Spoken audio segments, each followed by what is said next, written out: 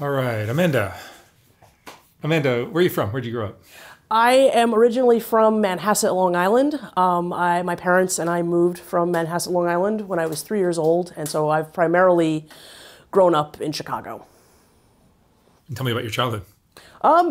Like most childhoods, it had its sadnesses and disappointments, but on whole, I had a very nice childhood, a very decent childhood. My mother was a Jungian psychoanalyst and a professor, and my father was a professional advertiser and an oil painter. So I spent a really significant portion of my childhood running around ad agencies and making lots and lots and lots of art. Oh, good for you. Yeah. In schooling, you went how far? So I thought that 8 years ago I had completed my graduate studies at the School of the Art Institute of Chicago in print media. Lo and behold, I was trying to get a copy of my diploma just very recently, and only to discover that I was short 3 credits. So as of yesterday, actually, I have now completed those 3 credits. So I have now completed my graduate degree, and I hope to go further. And what do you do for work? I'm unemployed at the moment. I am a caregiver, so that's kind of a job. Yeah, that's what you've been doing? That's what I've been doing, yeah, for a long time now, and a lot of antinatalist activism. So tell me what antinatalism is. Sure. So antinatalism, put as simply as I possibly can, is the belief that it is unethical to create new life. Now, there are many different types of antinatalism. There's many different types of antinatalists. There's a lot of different motivations for antinatalism. There's a lot of different reasons why people might find themselves to be some form of antinatalist. Antinatalism can apply to a great many things, and there's huge disagreements among antinatalists about all of those things. So most commonly, it is the belief that it's unethical to create new human lives, but this can also apply to animal lives as well, and it can also apply to creatures that might become sentient at some point, like the emergence of sentient machines. There's a whole form of antinatalism called anti-AI natalism. So if those machines were essentially to gain sentience, that we would see that as unethical, and those were our lives worth preventing. And is your side of it particularly focused on humans? I'm what is called a sentiocentric antinatalist, or a biocentric or a reverse biocentric antinatalist, which means that I'm for the non-existence of anything that has the possibility of feeling. Really? Yes. So I didn't interrupt you, but yeah, so my antinatalism would apply to not just humans, but to animals, to sentient machines, to anything that dogs, has... cats, squirrels, frogs. The whole kit and caboodle. They should all go. They should all go, yeah. And the trees? Plants? Well, the trees are not, they're alive, but they're not sentient. So if there's a possibility, there is sort of the... You cut off a limb of a tree, it doesn't make it scream. So my concern is anything that has the possibility of saying ouch. Now, there is also this sort of specter of evolution, out there. If Jeff Goldblum was right in Jurassic Park, the philosopher didn't say that famous line, life finds a way. If life finds a way and it manages to become sentient, if the trees all of a sudden start winking at us and start screaming, then they would become my concern. But right now... Why is it that you want animals that feel to be abolished? Because I believe that one of the greatest products of life is the production of suffering. There's all of this incredible amount of suffering. That's basically one of the biggest things that life produces. Life is but on the other hand, there's also suffering sometimes motivates us to accomplish things. That's absolutely true. So once we're alive, we need suffering, right? Like suffering builds character. We need to know when we're in pain. Suffering can have all of this value. But the fact of the matter is, before we exist, we certainly don't need it. We're certainly not in need of any of that suffering. Before we exist, there's nobody there. Just like they're not in need of all of that suffering that might have some utility to us while we're alive, they also are not in need of any of the good stuff either. There's all of the positives, to have a good life. We're not, before we exist, we're not in need of any of that. And so to create a new being is to put that potential sentient being at great risk, at risk of a poor quality of life. We do that without consent. Now, I know what you're going to say. It's impossible to get consent of a non-existent being, but that's part of the point. That's the nature of consent. If you can't get consent, then you don't take those risks. You don't impose that harm. Yeah, so that would... So this was to happen, the planet Earth would be just plants and trees and insects? Well, I mean, insect sentience is definitely... There's a philosopher by the name of Brian Tomasic who has done a lot of work into the idea of insect sentience, and there's a lot of I'm not entirely sure where I fall on that, but if they can be proven to experience have negative experiences, then that's something to be concerned about for sure. I mean, when you first told me that you were interested in doing an interview, and I heard antinatalism, I assumed it was just humans, because I could see a strong argument for saying the planet would be better off without humans. Yes. Well, I mean, given all the damage we've done. Considering all the damage we've done, yes. So when we met briefly, we've done some great things too, of course, but we have certainly. It's starting to flip, and starting to wonder if we're better off without us. Well, I mean, I think that there's a truth that it would. I mean, the planet certainly would be better off without us. I am, when we met downstairs and you said those things to me, I was like, okay, so if he is an antinatalist, if Mark, you are an antinatalist, you would be an environmental antinatalist. So that would be sort of a form of conditional antinatalism, whereas maybe you wouldn't necessarily be for extinction of human lives, but definitely maybe a lessening. I don't know. I haven't really thought it out. I'm not one of those, but but I'm not an antinatalist. But I just see how much pollution certain countries are putting out now. The United States is trying their best to help things, but we have other countries that are making it worse, and that affects everyone else. Yeah, certainly.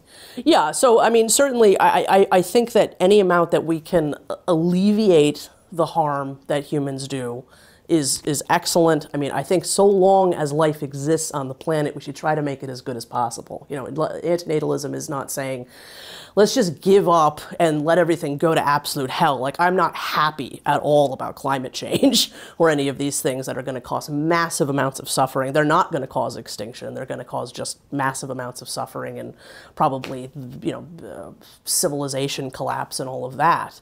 I would prefer that human beings decide collectively in a more benevolent fashion to end themselves in a much gentler way, and also to take responsibility for the rest of life on this planet. Now, for us, that means just not procreating. There's no need for any violence. There's no need for anything nasty. Can we just collectively decide we're not going to produce more of ourselves? And what kind of interventionalism then needs to happen for the rest of sentient life? That gets a little bit more complicated. I did want to say just real quickly though, everything that I'm saying as far as animals, sentient machines, again, I need to make it perfectly clear, not all antinatalists deal with that spectrum of things at all. I mean, that just happens to be part of my concern. But like I said, a lot of antinatalists are concerned with anthropocentric antinatalism that applies to only humans. So it gets pretty complicated as far as where the focus is. And How long have you followed this line of thought? Yeah, so I started in 2010. So when I was a kid, I was really obsessed with monsters. Still am. Love monsters and horror and all that. And I noticed that there were little whispers of sort of something about life, something about procreation that a lot of these stories were seemed to be trying to tell me. Like, there seemed to be something very obvious there seemed to be a very obvious critique of procreation in the story of Frankenstein. Like, maybe Dr. Frankenstein should not have created that monster. Like, maybe playing Prometheus wasn't such a great idea. Maybe he just created this being with unnecessarily, only to suffer and die for no good reason. And also I was obsessed with vampires. And vampires, by biting each other, they create more vampires. And that seemed to me to be sort of a procreative act. And it seemed to be making sort of a critique against procreation. So those ideas were in my head, for a long time, but nothing in our culture encourages this kind of thinking. So I figured, well, this is just one of the things that's wrong with me, and I'll just kind of ignore it, and that'll be fine. But you know, I've been making YouTube videos for about 15 years. So probably in, I don't know, 2008, 2009 or so, you know, I was making videos of a completely different kind. I was a toy reviewer. I don't know if you know what Dragon Ball is, but I was obsessed with the toys around Dragon Ball. So I was making Dragon Ball toy reviews and dressing up as the characters and screaming into the camera, and I had a great time. And then I started discovering, you know, videos by people like Inmendum and Derived Energy and Metamorph, who were talking about antinatalism, as well as animal rights and topics like the right to die, and particularly antinatalism. Just, it was like being hit by lightning. You know, it was just sort of the culmination of everything that I'd been thinking and wanting to find in the world, you know, since I was such a little kid. And so as an artist and just as a person, again, it was like being struck by lightning. It just inspired me to such an incredibly huge degree that I've basically never stopped, and I've been producing various forms of art and activism around the subject for almost 14 years now. And I take it you don't have children? No, no. You've been in love before? Yes, certainly, yeah. I mean, when you fall in love with somebody and it progresses... Well, you want to have sex, right? You don't. So I don't think that we really have a. I think that the impetus to procreate is really culturally built. What we want is to have sex. We don't have an instinct to have children. We have a cultural sort of mandate and a lot of pressure put on us. You know, it's something that. So you're saying somehow artificially we should protect from. And we have those conception. Tools. We have those. I mean, a lot of those tools are being taken away from us. You know, if I get raped tomorrow, in this state I should be fine. But in a lot of places in America, I don't have the right to have an abortion. Right. But certainly, you know, human beings have known how to sever that tie between sex and procreation for a long, long time. So you're gonna have a hard time getting everybody to get on board with this. Absolutely, there's no question about it. There's no question about it at all. What I believe is that it's the right thing to advocate for. And I think that there is going to be... For what purpose, though? For the planet or for just to end suffering? To end suffering. I think that living things are in harm's way. And we as living things, we desperately need life to be good, right? Like we create people because we have all these notions that they're going to have happy lives, that they're going to do all of these things. And, you know, those are often quite false notions about the reality of those lives that we create. And I think that, look, there's all these competing, there will be a future of humanity, right? And there's all these competing philosophies and ideas about what that future will look like. Like the long-termists want to go on forever and create as many people as possible, and let's get off the planet and spread our misery anywhere we possibly can.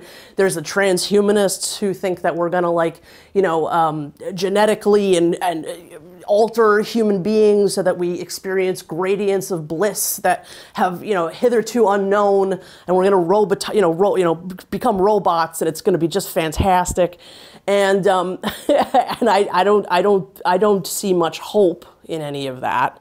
I don't see much real, movement towards that. I think I don't think those things are going to happen. But I also think those things, unfortunately, even though they look really great on paper, and people get very excited about them, and they seem like hope and joy and positivity, I think they have the potential to cause a tremendous amount of harm. A tremendous amount of suffering. And so I think, in my opinion, if we could just go quietly into that good night, we'll be out of harm's way. And I think that's what really matters. I think we've had a real good run. I think we've done lots of interesting things. It is going to go away anyway, unfortunately. I mean, the extinction of all life on the planet is just about an assured thing.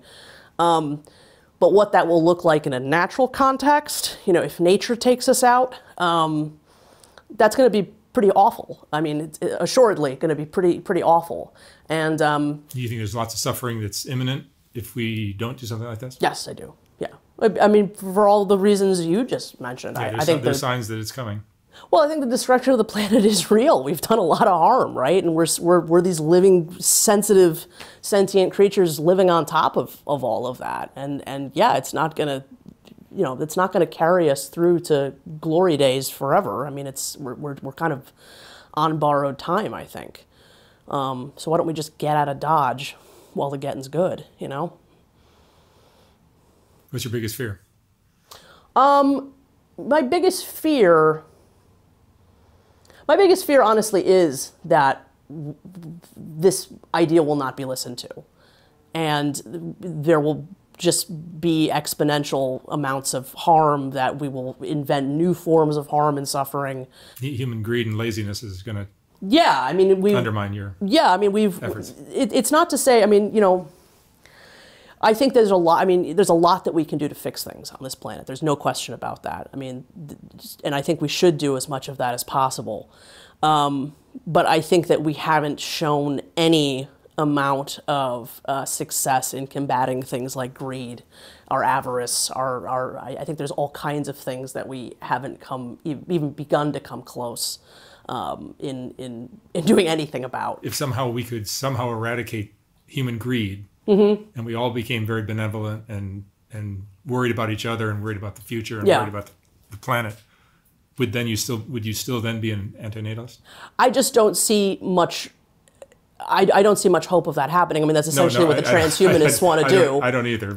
But Well, I think if we could prove that, if we really showed signs of being able to do that, I would at least. Optimist. I would no. Well, I think humanity would at least have an argument that maybe this is something, there would at least be an argument. I don't think we're making much of an argument towards our continuation at this point.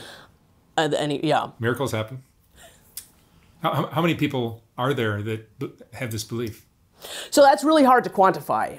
There hasn't been a lot of statistical work done on antinatalism. Like when I started in 2010, there was so few of us. It was, this really did sort of, the first antinatalist community of sorts was really happened on YouTube, in 2010. Like it was sort of, if you would all sort of know the history of YouTube, before that, there were all these massive debates on atheism that took place, and that was a huge part of what YouTube was. And the antinatalist community sort of emerged a little bit out of that world, and it was sort of that time where religion tied into antinatalism. Well, that's a great question. So yeah, antinatalism is a very ancient idea. We would not call ideas that are like antinatalism from antiquity. They're not exactly a one-to-one comparison with what contemporary antinatalism is. But yeah, there's been proto-antinatalist ideas for, since, ancient Roman thinking, the wisdom of Silenus, Theognis. So many different thinkers have kind of mentioned ideas like this. And one thing that has existed is, believe it or not, a lot of Christian antinatalism. Like there were all these sort of Christian antinatalist sects that were Gnostic, and they didn't believe in eating animals, and they didn't believe in procreation. Now, a lot of that had to do with an aversion to sex. Because they're Christians. So there's a lot of aversion to sex. That's not representative of what contemporary antinatalism is, but that's sort of where you could say some of it began. There are some, believe it or not, Christian antinatalists even today. It's very rare. There is expressions of antinatalism in the Talmud. There's, I know not as much about this, but there are some, relationships with Buddhism, and there's a lot of research, I think, that hasn't quite been done yet on that field. But that Christian antinatalism is something that the Finnish antinatalist philosopher Matti Haire and I talk about in this new short book that we just wrote called Antinatalism, Extinction, and the End of Procreative Self-Corruption. So yeah, so there are there is some relation between. Earlier you said that humans have an urge to have sex, but not necessarily to procreate. Yeah. I think a lot of women probably have strong urge to have a child. Well, I think a lot of women are culturally mandated to have that instinct. I mean, what do we, it's sort of the cliche example, but like, what do we give little girls? We give them baby dolls. I could probably say most women in most cultures, it's not a matter of when if you're going to have a child, it's when. You're sort of a female's worth, is in her procreative future. I mean, boys become men and girls become procreators. And that's not the way it should be or has to be by any stretch of the imagination. So, I mean, is that really something that women have this incredible desire to do, or is it something that's mandated on most women to have a desire to do? By our culture. Yeah, by our culture, exactly. There's and I think there's a lot that still needs to be developed. I mean, sort of, there's very few feminists in antinatalism at this point. There's some feminist philosophers that are antinatalists, like Patricia McCormack, but other feminist philosophers that have commented on it, like Christine Overall. She believes that antinatalism is bad for women, whereas somebody like Patricia McCormack would totally disagree. So I think there's a great deal academically, socially, that needs to be further investigated. It's interesting because your philosophy almost is in alignment with the Doomers that I've interviewed. Oh, I mean, in some ways. I mean, the funny thing about the Doomers is that, like, why aren't they telling people not to have kids? If they believe that all of this hell is about to, you guys should get together. Well, there is definitely some doomers within the antinatalist spectrum, and I think those that I know and have spoken to often wonder exactly what I just said. Like, come on, guys! Like, if you believe that all this is going to happen to humanity, like, why are we laying eggs in a broken nest? Or in a nest that's about to explode? I mean, how can, what real hope are we deriving from continuing that? If that's what you believe the future is going to be. Yeah. What do you wish we all understood better that we don't? What do you think we're not getting? That it's wrong to create need for no need. So before we exist, we have no needs. When we exist, we are inundated with needs. And most of those needs are just simply not met during our lifetime. I mean, some of us are luckier than others to meet those needs. There's plenty of other people who are desperately in need for those needs to be filled. We live in a world where, you can't gain without taking. So in order to satisfy your own need, you're sort of taking away somebody else's need satisfaction. And that's unfortunately a big piece of this thing that we're caught up in, and it's just on its face completely unethical. Human greed. Sorry again? Human greed. Human greed. Yeah, there you go. Mm-hmm. Yeah. Without human greed, we'd be a very peaceful, loving species. Well, I mean, I think that look, we're all the products of DNA, right? Like every living thing is the product of DNA, and DNA didn't. I'm quoting my friend in Mendham here, as I have a couple of times in this interview already. I mean, DNA didn't go to school to be a good DNA molecule and create happy beings. Its purpose is to create beings that are best equipped to compete with the environment, to create gladiators who can battle it out with each other so that there's a winner. That's what nature is. It's about creating winners. I mean, I remember you did this great interview. I'm sorry I don't remember who it was with. It was on somebody else's channel, and you were walking down the streets of Skid Row, and you were making. I'm sorry? Peter Santinello. Yes, thank you. I'm sorry about that. Yeah, and you were making a comment about how, like, yeah, we can probably do a lot to alleviate this, but, like, isn't this kind of what nature is? Like, it creates winners and losers. It was a great comment, and I think what the antinatalist would say from there is, like, you're absolutely right, Mark. But the fact that it creates winners and losers is what we're really against here. The fact that it creates losers. Like, what is it about the winners that justifies the creation of all of this loss, all of this pain, all of this misery? Like, what can the winners possibly be achieving that makes any of this okay? And so it's a bad game. You know, we just keep playing this bad game. Whoever created it screwed up. Well, yeah, I mean, this piece of aberrant chemistry, this DNA molecule. I mean, you know, this is what keeps driving us. But it doesn't have to. Like we human beings are intelligent enough to go. You know, we really aren't as bound by our programming as we really once were. We have information. We've grown past that. You know, we've been told our entire lives that there's nothing you can do. You know, life is unfair, and there's nothing you can do about it. There's you know, this is what it is. But there's something really significant that you can, in fact, do about it. I mean, the idea that you can't do anything about how bad life is an absolute lie. You can enjoy your life. You're alive. Go do it. Don't hurt anybody. You know, do as little harm as possible, but don't create more of it. Don't keep saying yes to it. Well, the problem with your theory is there'll be a dozen bad actors who don't comply.